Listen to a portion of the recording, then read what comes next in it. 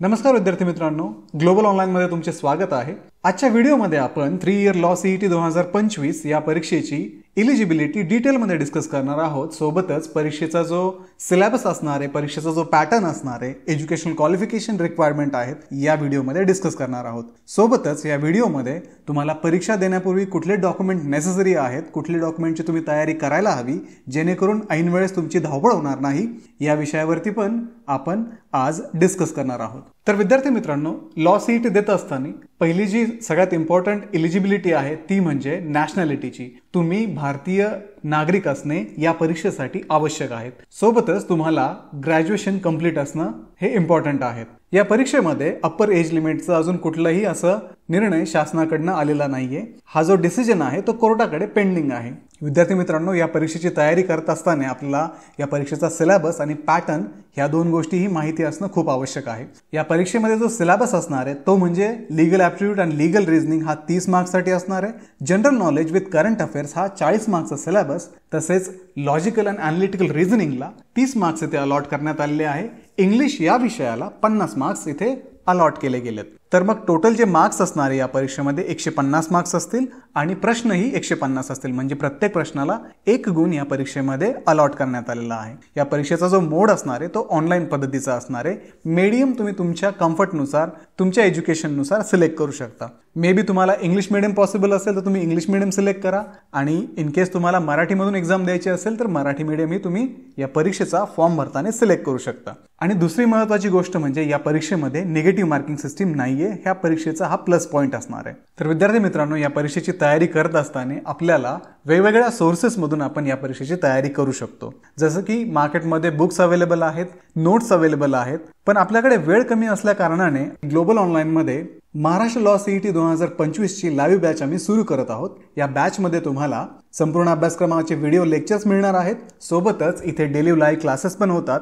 संपूर्ण अभ्यासक्रमाच्या नोट्स पण यामध्ये अवेलेबल असतील, आणि परीक्षेच्या दृष्टिकोनातून आपली तयारी किती झाली आहे आणि आपल्याला किती मार्क्स मिळू शकतात हे टेस्ट करण्यासाठी ग्लोबल ऑनलाईन तुम्हाला मॉक टेस्ट पण प्रोव्हाइड करत आहे। सोबतच संपूर्ण अभ्यासक्रमावरती 2000 पेक्षा अधिक MCQ ची क्वेश्चन बँक पण या कोर्समध्ये तुम्हाला मिळणार आहे। तर विद्यार्थी मित्रांनो, ग्लोबल ऑनलाईन मध्ये दरवर्षी हजारो विद्यार्थी या कोर्सेसला ऍडमिशन्स घेतात आणि वेगवेगळ्या परीक्षांमध्ये यश मिळवतात। तर विद्यार्थी मित्रांनो, तुम्हीही ग्लोबल ऑनलाईन सोबत या आणि परीक्षेमध्ये यश मिळवण्यासाठी 2 डिसेंबर पासून जी ग्लोबल ऑनलाईनची लाईव्ह बॅच सुरू होत आहे त्या बॅचला लवकरात लवकर जॉईन करा आणि LLB CET मध्ये हमखास यश मिळवा। लाईव्ह बॅच जॉईन करण्यासाठी एकतर तुम्ही दिलेल्या नंबरवरती व्हॉट्सअप करून कॉन्टॅक्ट करू शकता, किंवा प्ले स्टोअरवरती जाऊन ग्लोबल ऑनलाईन ॲप डाउनलोड करा आणि तिथेही तुम्ही हा कोर्स परचेस करू शकता। तर विद्यार्थी मित्रांनो, या परीक्षेसाठी असणारं डिटेल जे एज्युकेशनल क्वालिफिकेशन आहे ते आपण आता डिस्कस करूयात।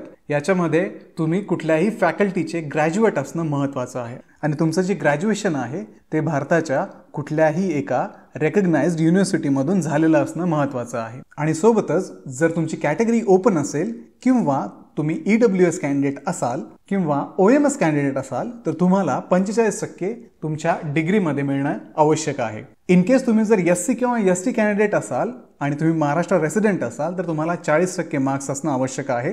VJNT, SBC आणि OBC महाराष्ट्रीयन कॅन्डिडेटसाठी 42%चा नियम या परीक्षेमध्ये लागू होतो।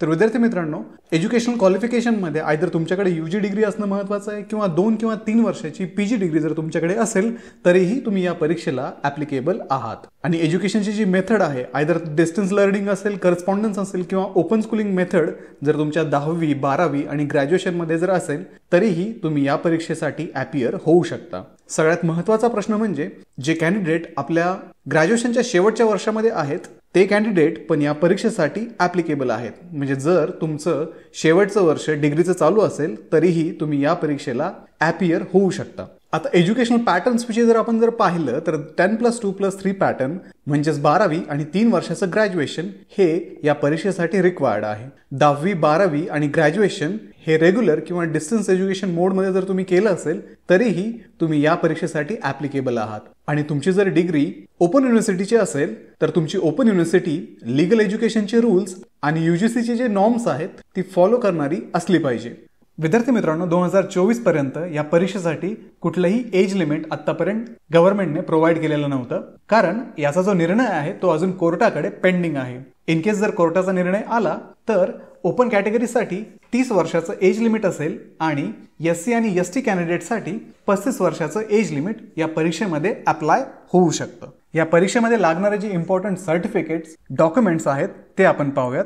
या परीक्षेमध्ये कास्ट व्हॅलिडिटी सर्टिफिकेट ऍप्लिकेबल कॅटेगरीजसाठी त्या विद्यार्थ्यांकडे असणं महत्त्वाचं आहे. तर विद्यार्थी मित्रांनो, तुम्ही चेक करून घेणं महत्त्वाचं आहे की तुमच्याकडे कास्ट व्हॅलिडिटी सर्टिफिकेट आहे का. तर दुसरं महत्त्वाचं डॉक्युमेंट म्हणजे नॉन क्रिमिलियर सर्टिफिकेट. जर तुम्ही नॉन क्रिमिलियरला ऍप्लिकेबल असाल तर तुमच्या सर्टिफिकेटची व्हॅलिडिटी ही 2026 मार्च पर्यंत असणं इम्पॉर्टंट आहे. आणि जर तुम्ही EWS कॅन्डिडेट असाल, EWSचं सर्टिफिकेट तुमच्याकडे असणं महत्त्वाचं आहे. तर विद्यार्थी मित्रांनो, हे होतं या परीक्षेच्या एलिजिबिलिटी विषयी. याचा आपण सिलेबस पाहिला, याचा आपण पॅटर्न पाहिला.